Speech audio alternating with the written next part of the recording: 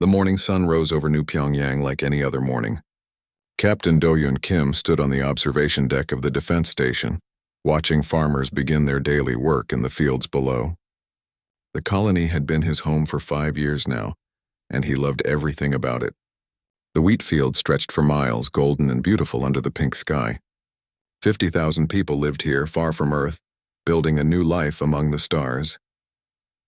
Do-Hyun sipped his coffee and checked the morning reports. Nothing unusual. The defense grid showed clear space for thousands of miles in every direction. He smiled, thinking about his daughter's birthday next week. She would be 7 years old. He had already hidden her present in the storage closet. The alarm changed everything. It started as a soft beep on his console. Then another. Then 50 more. Do-Hyun's coffee cup fell from his hand and shattered on the floor. His screen filled with red warning signals, ships, dozens of them, appearing out of nowhere in orbit above the colony. He hit the emergency alert button. Sirens wailed across the colony. All defense units to stations. This is not a drill. Private Hyunwoo Lee was eating breakfast with his squad when the sirens began. He was only 19 years old, fresh from Earth, and had never seen real combat. His hands shook as he grabbed his rifle and ran to the defense bunker with the others. They had practiced this 100 times, but now it felt different. Real. Terrifying. In the medical center, Dr. Minji Park was checking on a patient with a broken arm when the lights turned red. She knew what that meant. She had been a military doctor before retiring to the colony. Her instincts kicked in immediately. Clear the waiting room. Prepare emergency stations, move. Do-Hyun stared at his screen in disbelief. The ships in orbit were massive, at least 3 times larger than anything humanity had built. Their design was alien, covered in sharp angles and dark metal. He opened a communication channel. Unknown vessels, this is Captain Do-Hyun Kim of New Pyongyang Colony. You are in human territory. Please identify yourself and state your intentions. The response came in perfect English, cold and mechanical. This world belongs to the Velkari Dominion. You are trespassing on ancient territorial claims. You have 1 hour to evacuate. What? This is a registered human colony. We've been here for 12 years. Your government was warned. Your presence here is illegal. 1 hour, Do-Hyun felt ice in his veins. We have 50,000 people here. Families, children. We can't evacuate everyone in 1 hour? That is not our concern. The communication ended. Do-Hyun stood frozen for 3 seconds, his mind racing. Then he moved. All defense batteries, power up. Launch all fighter craft. Someone get me a direct line to Earth Command. But he knew the truth. Earth was 6 weeks away at the fastest speed. No help would come in time. The colony had 20 small defense fighters and a handful of missile batteries. The Velkari had brought a fleet. Minji organized her medical staff with practiced efficiency. They set up emergency beds in the hallways, prepared blood supplies, and stocked surgical equipment. She tried not to think about her own family. Her husband was at the agricultural station on the South Continent. Her son was in school. She pushed the thoughts away and focused on her work. Hyunwoo and his squad reached their defensive position on the eastern perimeter. Their sergeant, an older woman named Yuna, checked everyone's equipment. Listen up. We hold this position no matter what. Protect the evacuation routes. Understood? They all nodded, but Hyunwoo saw fear in their eyes. The same fear he felt in his own chest. Do-Hyun managed to get transport ships ready. They could hold maybe 5,000 people if they packed them in tight. He gave the order to prioritize children and elderly. Parents were screaming, begging to stay with their kids. The scene at the spaceport was chaos. 57 minutes after the warning, the first explosion hit. The Western Agricultural Dome simply vanished in a ball of fire. The shockwave knocked Hyunwoo off his feet. Then another explosion, and another. The Velkari were firing from orbit, massive energy weapons that turned buildings into vapor. Return fire, Do-Hyun ordered, but he knew it was useless. Their missiles reached orbit but exploded against energy shields that flickered and held. The Velkari ships didn't even seem to notice. Hyunwoo's position came under attack from Velkari ground forces that had landed to the east. They were tall creatures covered in dark armor, moving with terrifying speed. The sergeant opened fire and others followed. The noise was deafening. Hyunwoo pulled his trigger again and again, barely aiming, just shooting at the dark shapes coming toward them. Then the sergeant's head exploded. Blood sprayed across Hyunwoo's face. He screamed. Someone grabbed him and pulled him back. Fall back. Fall back! Minji's hospital was overwhelmed within minutes. The wounded came in waves, burns, blast injuries. Missing limbs, she worked without stopping, her hands covered in blood, moving from patient to patient. Many died before she could reach them. She tried to save a little girl with severe burns, but the child's heart stopped. Minji stood there, hands on the small chest, unable to make it beat again. Do-hyun coordinated the evacuation from his command center, but the building shook with each orbital strike. Half his staff was dead or missing. The transport ships were taking off, but they were so few, so pitifully few. 45,000 people were still on the ground. Hyun-woo ran through smoke and fire. His entire squad was dead. He saw bodies everywhere, some he recognized. His bunkmate, the cook from the mess hall, a teacher from the school. He kept running toward the spaceport because he didn't know what else to do. The bombardment continued for 3 hours. When it finally stopped, New Pyongyang was gone. The beautiful wheat fields were craters. The residential domes were rubble. Fires burned everywhere, creating towers of black smoke that reached into the pink sky. Minji found herself on one of the last transport ships, though she didn't remember boarding. Around her were the survivors, maybe 3,000 total across all the ships. Their faces were blank with shock. Many were injured. All had lost someone. Hyun-woo was on the same ship. He sat in a corner, still holding his rifle, staring at nothing. Blood had dried on his face and uniform. He was shaking and couldn't stop. Do-hyun made it onto the last transport just before it launched. He had stayed until the final moment, trying to save anyone he could. As the ship pulled away from the burning colony, he watched through the window. 47,000 people dead. His daughter had been at school when the first bomb hit. His wife had been home. The Valkyrie ships let them go. They simply watched as the damaged human transports limped away into space. A message came through to Do-hyun's communicator. The same cold voice as before. Tell your government, this is what happens when you ignore our warnings. Evacuate your other colonies or they will share this fate. Do-hyun stared at the message. Something inside him had broken during those 3 hours, but something else had been forged. Something hard and cold and furious. He saved the message. He saved all the recordings from the colony sensors. Every image, every scream, every death. The transport ship turned toward Earth, its cargo hold packed with the wounded, the traumatized, and the dead they had managed to recover. In the silence of that journey, the survivors of New Pyongyang made a silent promise. The galaxy would answer for this. One way or another, there would be justice, or there would be vengeance. The Galactic Council Station was the largest structure Ambassador Ji-won Choi had ever seen. It orbited Xara Prime, a world at the center of known space, and held representatives from 47 different species. The station was ancient, built thousands of years before humans had even discovered fire.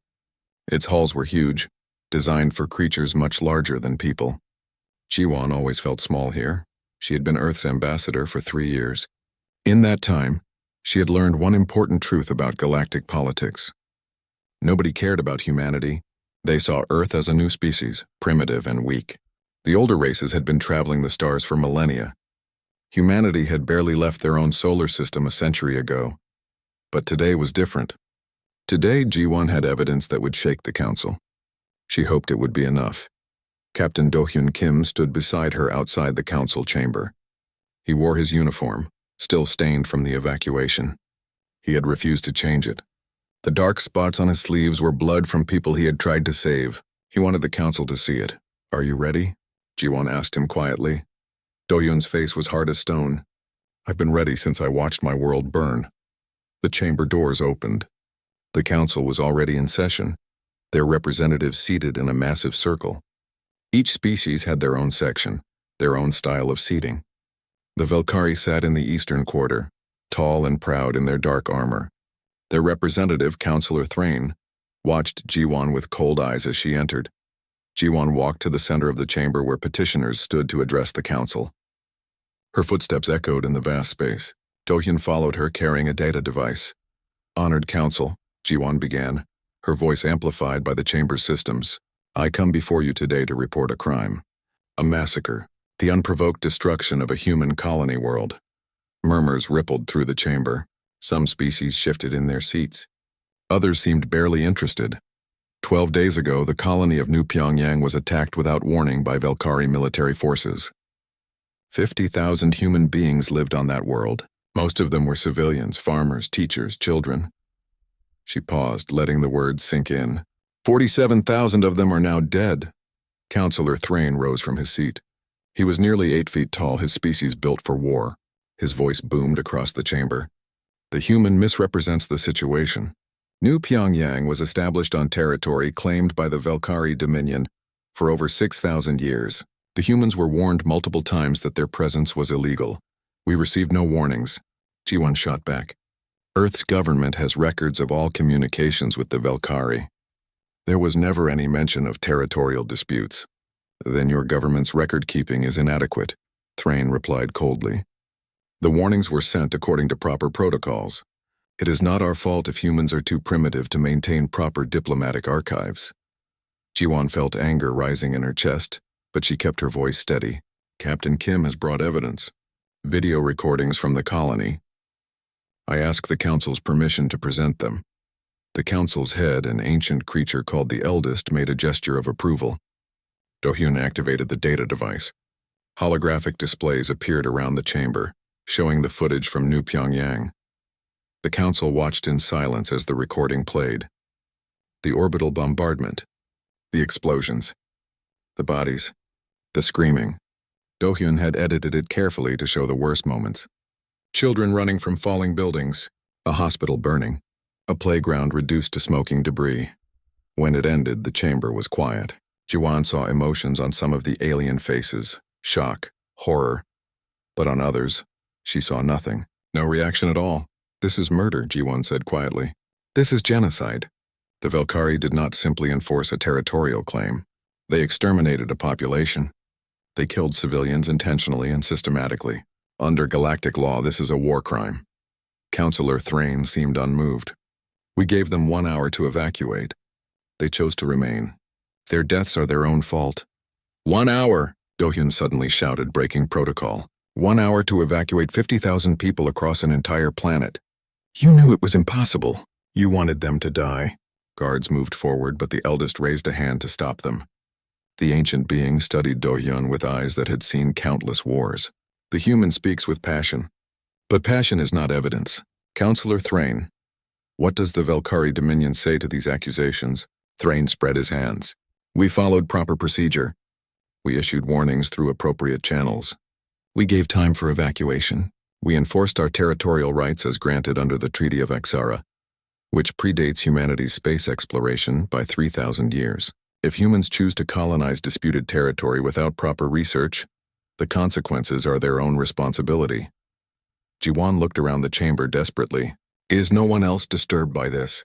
47,000 people are dead. Does that mean nothing? One representative stood. She was from the Mekthari, a species known for neutrality and scholarship. Counselor Vess had kind eyes and a soft voice. Ambassador Choi, please understand. The galaxy is old. It has seen countless conflicts over territory. The Velkari claim is legitimate according to ancient treaties. While the loss of life is regrettable, the humans did technically colonize disputed space. We didn't know it was disputed, Ji-won protested.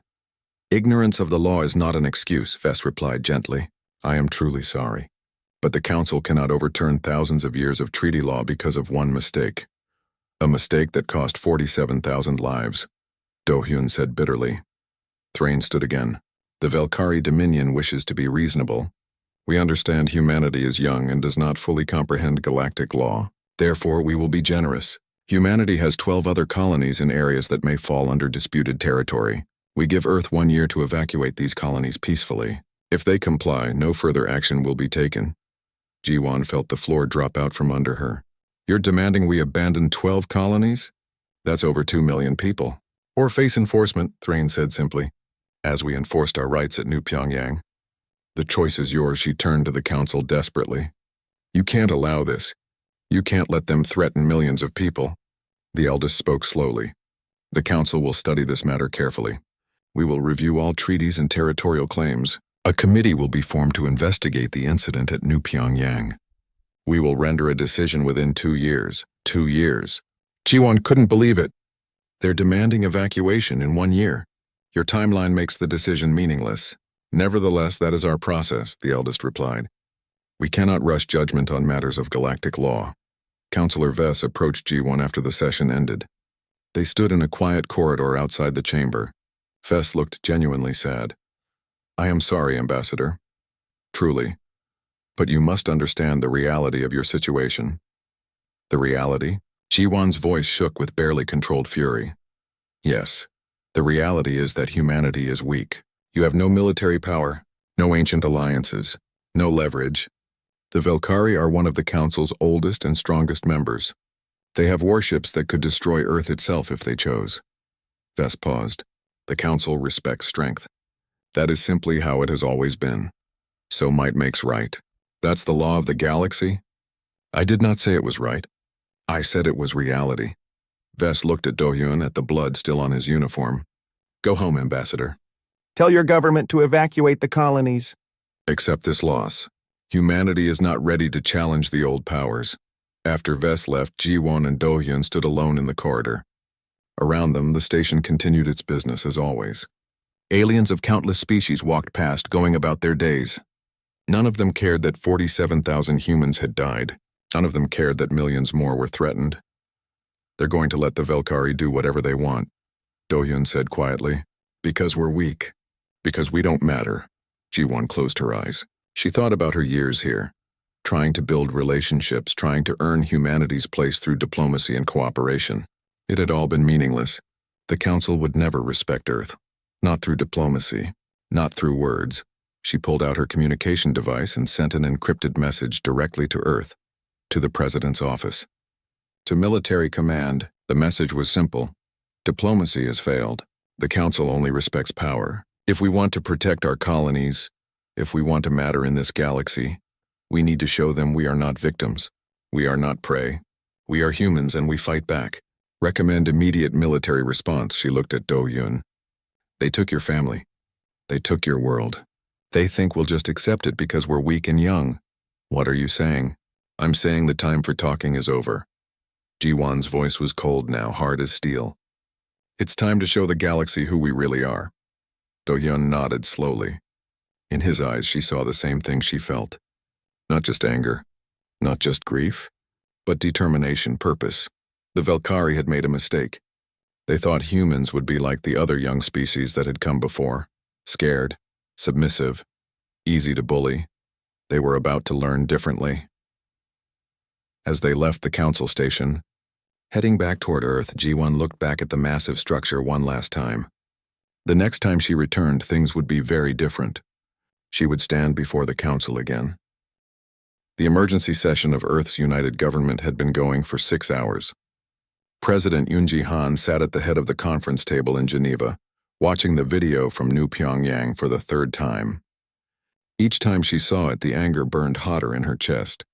Around the table sat military leaders, planetary governors, and representatives from every major nation on Earth. The video ended. The room was silent except for quiet crying from some of the observers. Hyunji turned off the display and looked at her assembled government. 47,000 of our people, she said quietly, murdered while the Galactic Council watches and does nothing. And now the Velkari demand we abandon 12 more colonies, 2 million more people forced to leave their homes or die. We have to evacuate, one of the governors said. He was an older man, cautious by nature. We can't fight the Velkari. They have hundreds of warships. We have barely 50 and most of those are patrol boats. So we run. Another governor stood up, anger in her voice. We abandon our colonies? We let the Velkari take whatever they want? Where does it end? Will they demand we evacuate Mars next? The moon, Earth itself? Arguments broke out across the table. Yoonji let them talk for a few minutes, then raised her hand for silence. General Park, what are our military options? General Sang-woo Park was a tall man with gray hair and hard eyes. He had been a soldier for 40 years and looked like it. He stood and activated a display showing Earth's military assets. Honestly, we can't win a conventional war. The Velkari have superior numbers, better shields, more powerful weapons. If they attacked Earth directly, we'd last maybe a week. He paused. However, there is something the Council doesn't know about. The mood in the room shifted. People leaned forward. Yoonji nodded at him to continue. Project Valkyrie. We've been working on it for 5 years, completely off book. After our first few encounters with alien military tech, we realized we were outclassed. So we started a secret program. We reverse-engineered everything we could from alien technology, combined it with human innovations, and built something new. He changed the display. 8 ships appeared on the screen. They looked different from standard human vessels, sleeker, meaner, covered in weapons. These are Valkyrie-class warships, fast, heavily armed, and equipped with experimental technology the galaxy has never seen. We incorporated quantum tunneling drives, plasma lance weaponry, and adaptive armor. But more importantly, we designed them around human tactics. The galaxy fights in predictable ways. They've been using the same strategies for thousands of years. We don't. Admiral Junho Nam, commander of Earth's Deep Space Fleet, stood up next. He was younger than Sang-woo, only 45, but he had a reputation as a brilliant strategist. The Valkyrie expect us to be predictable. They think we're primitive. That's our advantage. They won't expect us to attack. They especially won't expect us to attack their home system. The room erupted in shocked voices. Attack their home system? That's suicide. No, Junho said calmly. It's the only way this works. The Valkyrie destroyed New Pyongyang because they didn't think we'd retaliate. They think humans are passive, weak. If we want to stop them, we need to hit them where it hurts. We need to show them that attacking us costs more than they're willing to pay. Dr. Minji Park, who had been invited to testify about the massacre, spoke up from her seat. She looked exhausted, still haunted by what she had witnessed. Admiral, I was there. I saw what their weapons can do. Even with new ships, how can we possibly win? Because they won't see us coming, Junho replied. Their home fleet will be relaxed, confident. They just want a one-sided battle against a weak enemy. They'll expect diplomacy, maybe economic sanctions. They won't expect 8 warships to appear in their orbit ready for war. Speed and surprise are our weapons. Sang-woo pulled up tactical plans. Here's the proposal. We take the Valkyrie fleet, jump directly into Valkyrie Prime system, and hit their military infrastructure hard and fast. Shipyards, defense platforms, fleet anchorages. We cripple their ability to project power. Then we get out before reinforcements arrive. And our casualties? Yoonji asked quietly. Unknown. Possibly total. But if we succeed, we save 2 million colonists. We show the galaxy that humanity fights back. We buy ourselves respect. The room fell silent. Yoonji looked at the faces around the table. Fear, anger, determination. She thought about the families on those 12 colonies. Parents putting their children to bed tonight, not knowing if they'd be forced to flee their homes, or worse. She thought about New Pyongyang, about Do-hyun's daughter who would never turn 7, about all those people who had built lives among the stars, only to be murdered for political convenience. If we do this, she said slowly, there's no going back. We'll be at war with one of the galaxy's major powers. Other species might join against us. Earth itself could be targeted. They already targeted us, Sang-woo replied, at New Pyongyang. The question is whether we accept being victims. Yoonji stood up. She walked to the window and looked out over Geneva. The city was beautiful in the evening light. Millions of people down there living their lives, most of them not even aware of the crisis happening light years away. If this went wrong, war could come to Earth itself. But if they did nothing, humanity would be marked as prey. Any species could attack human colonies without consequence. The message from New Pyongyang would echo forever. Humans are weak. Humans don't fight back. Humans can be killed without cost. She turned back to the table. What about civilian casualties? The Valkyrie have cities, families. We target only military assets, Junho said firmly. We're not monsters. This is about defense, not genocide. We hit their war machine, not their civilians. But we hit it hard enough that they think twice before touching another human colony. Captain Do-hyun Kim, who had been sitting quietly in the corner, finally spoke. His voice was rough. President Han, I stood on my world and watched it burn. I put survivors on evacuation ships. People with their skin burned off, children crying for dead parents. The Valkyrie did that deliberately. They could have negotiated. They chose murder. He paused. I'm not asking you to do the same to them, but I'm asking you to stop them from doing it again.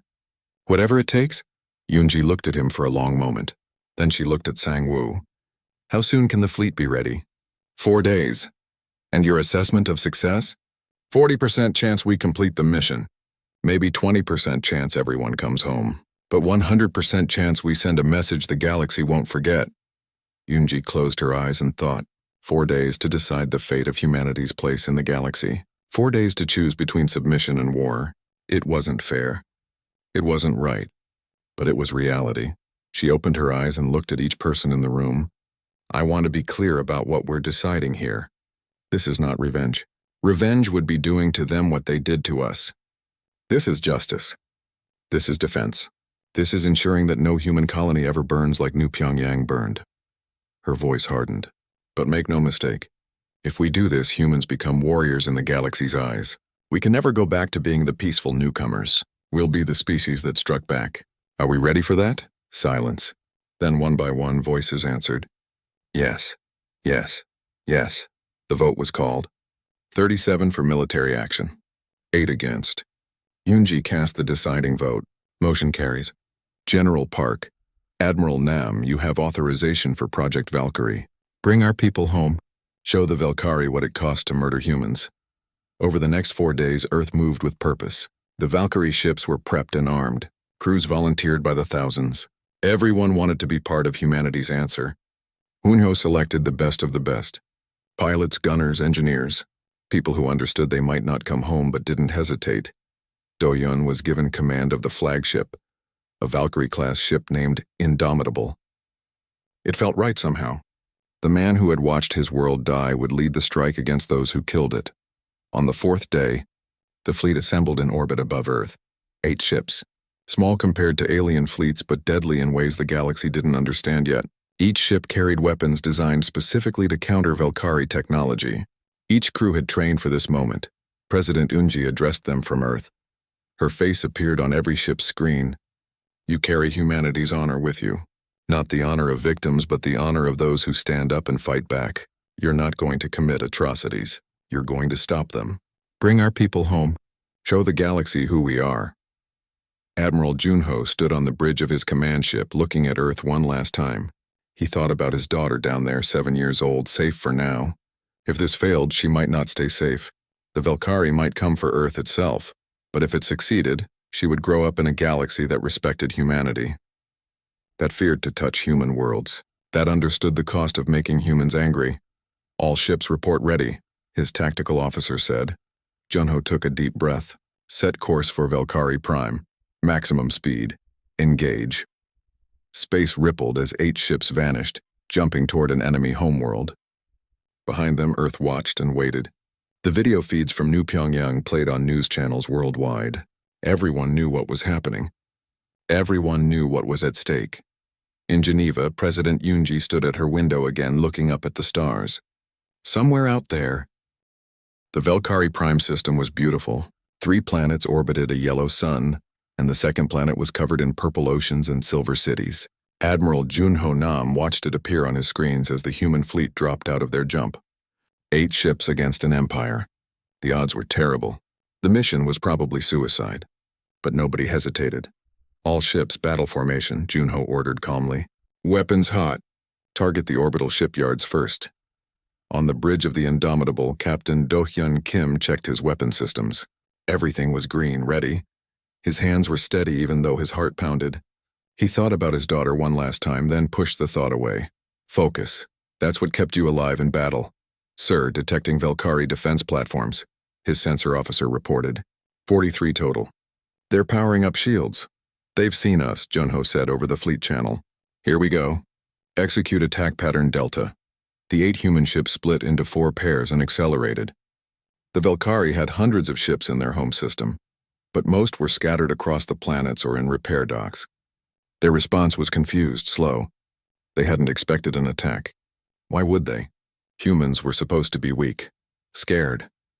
Fleet Commander Zakros was in his office on the primary orbital station when the alarms started. He was an old warrior, veteran of dozens of campaigns against lesser species. He rushed to the command center trying to understand the reports flooding in.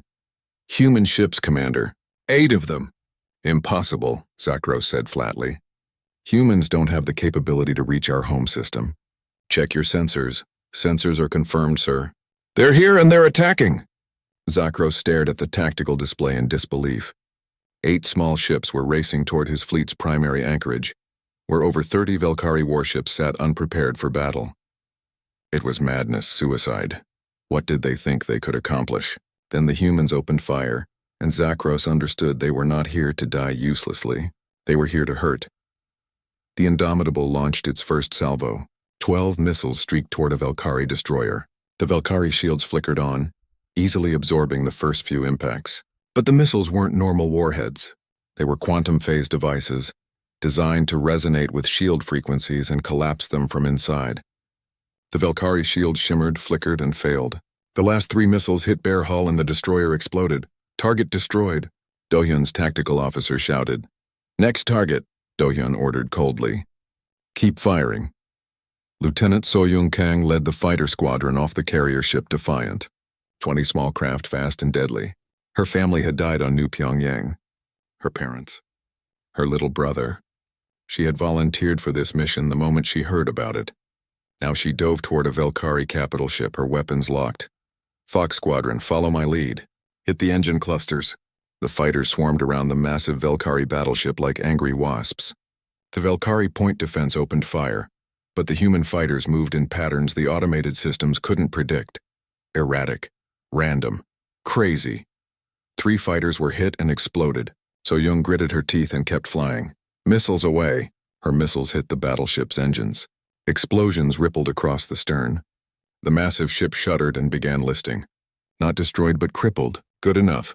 Reform and engage next target. Hunyo watched his tactical display with intense focus. The battle was going better than expected. The Velkari were scrambling to respond, but their formation was broken. Their ships were scattered. The humans were using every trick they had. Nuclear mines deployed in the flight paths of Velkari ships. Kinetic projectiles accelerated to near light speed. Cyber attacks against Velkari ship systems. Dirty, unpredictable, effective. Valkyrie 3 reports shields failing, his communications officer said. Valkyrie 6 has lost main weapons. Tell 3 to fall back. 6 engage with secondary systems. Junho calculated quickly. They were winning but taking damage. They needed to finish this fast. All ships focus fire on the orbital shipyards. Burn them down. The human fleet turned as one and poured fire into the massive construction facilities orbiting Velkari Prime. These shipyards produced the Dominion's warships. Destroying them would cripple Velkari military power for years. Torpedoes, missiles, and plasma lances tore into the metal structures. Secondary explosions rippled through the yards as fuel stores and ammunition detonated. Whole sections broke apart and tumbled toward the planet below. Zakros watched his fleet dying and couldn't understand how this was happening. These were humans. Primitives. They had barely mastered space travel. Yet his ships were burning. His proud fleet was being torn apart by 8 small vessels and a handful of fighters. All ships converge on the human fleet. He roared, "Crush them! Make them pay for this!" But his orders came too late. The Velkari ships that responded ran into traps. Human mines appeared in their path. Cyber attacks shut down weapon systems at critical moments. The humans fought like nothing Zakros had ever seen. No honor, no formations. Just pure calculated violence aimed at causing maximum damage. Do-hyun's ship took a direct hit from a Velkari plasma cannon. The Indomitable shook violently. Sparks erupted from control panels. One of his crew was thrown against a wall and didn't get up. Shields at 30%. His engineer shouted. Hull breach on deck 4. Seal it. Divert power to forward weapons. Do-hyun's voice was steady. He had lived through New Pyongyang. This was nothing compared to watching his world burn. Target that battlecruiser. All weapons. The Indomitable fired everything it had. The Velkari battlecruiser's shields held for a moment, then collapsed under the sustained barrage. The next shots tore through the hull. The massive ship broke in half, both sections spinning away, trailing debris and bodies. So-young's squadron was down to 12 fighters now. 8 lost to Velkari fire, but they kept attacking, kept moving. She saw a Velkari missile heading toward the Defiant, her carrier ship. Without thinking, she turned her fighter and flew directly into its path. The fighter's point defense took out the missile at the last second. The explosion caught her wing and sent her spinning. Kang, report, her squadron leader shouted. I'm okay. Still flying! She regained control and looked for another target. Always another target. 6 hours into the battle, the Velkari fleet was devastated. 42 ships destroyed or crippled, both orbital shipyards burning ruins. The defense platforms reduced to drifting wreckage. The humans had lost one ship completely and two more were barely functioning, but they still fought. Zakros stared at his screen in shock. This couldn't be happening. The Velkari Dominion had never been defeated in their home system. Never. Yet these humans, these supposedly weak primitives, had done the impossible. "Commander, we're receiving a transmission from the human flagship," his communications officer said quietly. "Put it on screen." Admiral Junho's face appeared. He looked calm. His uniform was torn and he had a cut above his eye, but his voice was steady. "Fleet Commander Zakros, we can continue this fight until your entire fleet is destroyed, or you can surrender. Your choice." Zakros found himself breathing hard. Surrender? The Velkari did not surrender. They were warriors. They were dominant. They ruled this sector of space. How dare these humans demand surrender?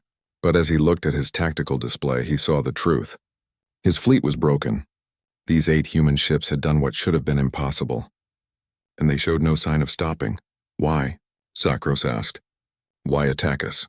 We gave you time to evacuate New Pyongyang." Junho's expression hardened. 1 hour is not time. That was a death sentence. You murdered 47,000 people. You thought we would just accept it. You were wrong. We followed the law. That territory was ours. Then your law is murder and we reject it. Junho leaned forward. "Hear this, Zakros. We don't want to kill your civilians. We could bombard your cities from orbit, but we won't. We're not like you. But your military? Your ability to attack human colonies?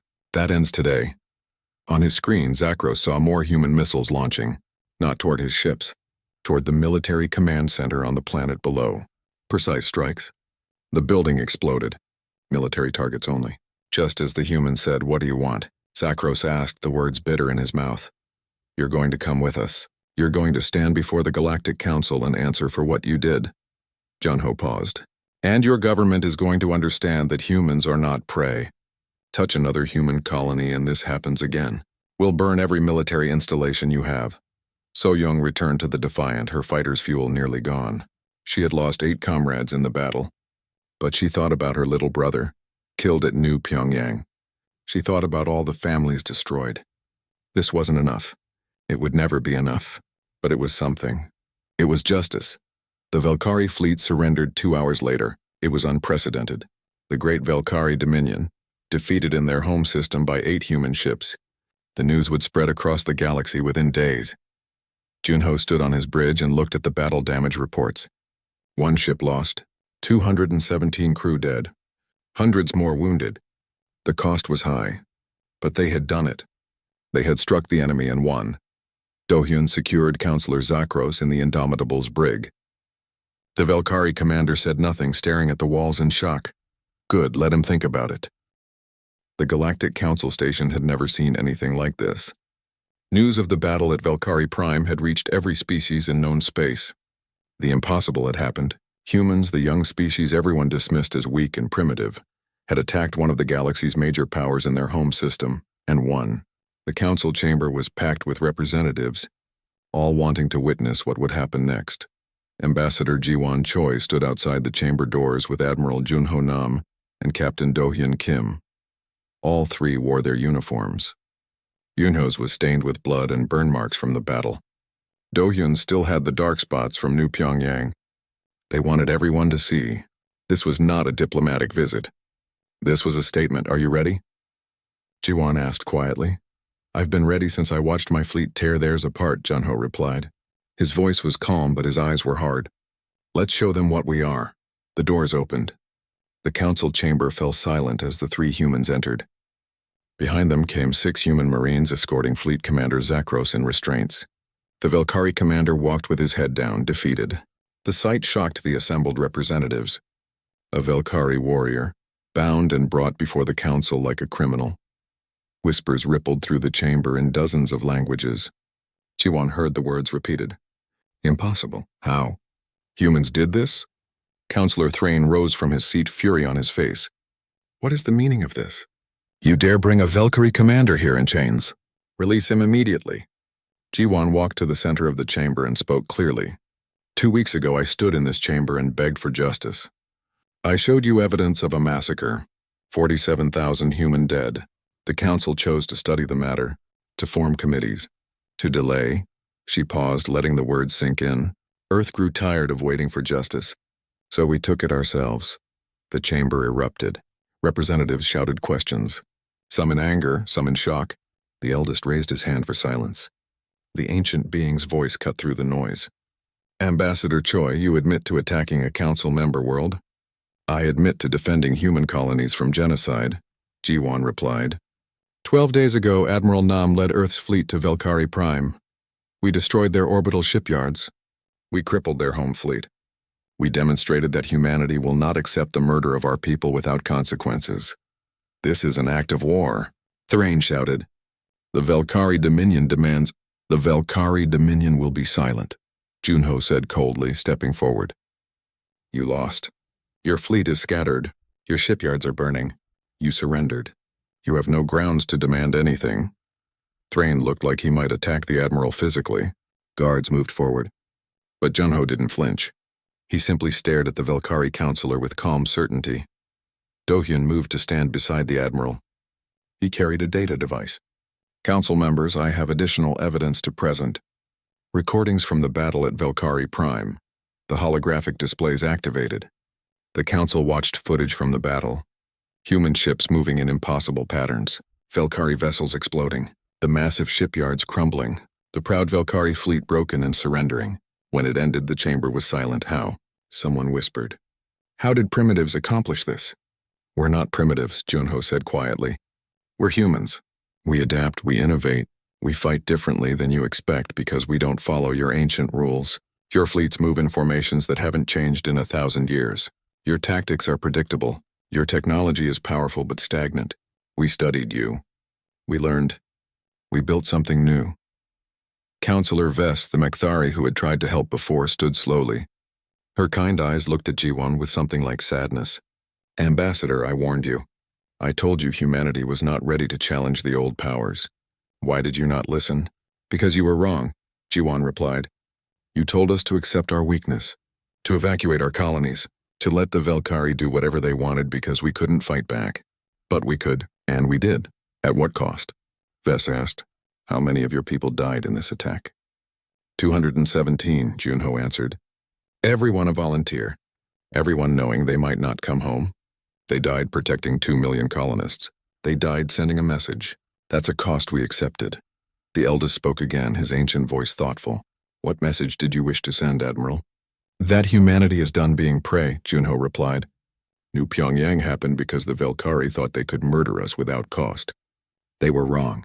Now every species in this chamber knows. Attack humans and we hit back hard. We may not win every fight, but we'll make you bleed for it. You speak of war, the eldest said. Endless war. Is this what humanity wants? No, Ji-won said firmly. What we want is what every species wants, safety, respect, the right to exist without fear. But we learned that in this galaxy, those things aren't given freely. They must be earned, proven. She looked around the chamber. We came to you for justice and you gave us committees and delays. You let the Velkari threaten millions more of our people because you thought we were weak. That changes today. She nodded at Do-hyun. He activated another recording. This one showed Zakros and the Brig of the Indomitable. The Velkari commander's voice played across the chamber. Why did you attack New Pyongyang without warning? Why did you give only 1 hour to evacuate? Zakros's reply was cold. Because we could. Because humans are weak and wouldn't retaliate. Because the council would do nothing. The recording ended. Ji-won let the silence stretch. There is your truth. The Velkari attacked us because they thought we were prey. Because they thought we would accept it. Because this council's inaction encouraged them. Thrain tried to respond but found he had no words. The evidence was damning. The battle results were undeniable. The Velkari had been defeated by the species they thought was weak. Counselor Vess stood again. What does Earth want from this council? Ji-won had prepared for this moment. Full council membership. Voting rights. Recognition as a sovereign power with protected territory. And guarantees that no species will attack human colonies without facing council sanctions. You cannot demand council membership, Thrain said. It must be earned through... We just earned it, Junho interrupted. In fire and blood. In the wreckage of your fleet. Every species here knows now that humans can fight. That we have the technology and the will to defend ourselves. That's worth more than 1,000 years of diplomatic meetings. The chamber erupted in debate again. Some species argued for humanity's admission. Others protested that allowing a new military power would destabilize the galaxy. The arguments went on for hours. Jiwon stood in the center, patient, waiting. Beside her, Junho and Doyun stood like statues. They had made their case. Now the council had to decide. Finally, after 8 hours, the eldest called for a vote. All who support humanity's admission to the council with full membership, signal your approval. The voting began. It was close. Many species still hesitated to support the aggressive newcomers. But others remembered the footage of New Pyongyang. Remembered the broken Valkyrie fleet. Remembered that humans had shown mercy even in victory, targeting only military assets. The vote came down to one species. The Mekthari Councilor Vess stood. She looked at Jiwon for a long moment. Then she spoke clearly. The Mekthari vote to admit humanity. Not because we approve of war, but because we recognize that true peace requires equal power. The Valkyrie attacked New Pyongyang because they faced no consequences. If humanity has the strength to defend itself, perhaps future massacres can be prevented. We vote yes. The final tally appeared. 24 for admission, 23 against. Humanity was in. The eldest announced the result formally. Let the records show that on this day, humanity joins the Galactic Council as a full member with all rights and protections. Ambassador Choi, do you accept these responsibilities? We do, Jiwon said. Her voice was steady, but inside she felt like crying. It had cost so much to reach this moment. 47,000 dead at New Pyongyang, 217 more in the battle at Valkyrie Prime, countless wounded, families destroyed. But it was done. Humanity had earned its place. One more thing, Junho said, stepping forward. Council members, understand this clearly. Earth is now protected by the same laws as every species here. But know also that we will enforce those protections ourselves. The Valkyrie thought they could ignore human rights because we were weak. Any other species that makes that mistake will learn the same lesson they did. We fight for our own. Thrain looked like he wanted to object, but Zakra, still in his restraints, spoke quietly. Let them speak. They earned it. We learned this lesson painfully. I suggest the council remember it. As the session ended, species representatives approached Jiwon. Some offered congratulations.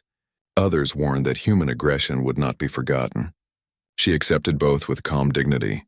Earth was no longer the weak newcomer. They were a power now. That came with respect and fear in equal measure. Councilor Vess approached last. You got what you wanted, Ambassador. But at what cost? The cost of being free, Jiwon replied. The cost of protecting our people. The cost of respect. I'd pay it again, Vess nodded slowly. I believe you would. Welcome to the Council, humanity. I hope you use your power wisely. As they left the chamber, Doyun looked at the flag of Earth that would now hang in the council hall.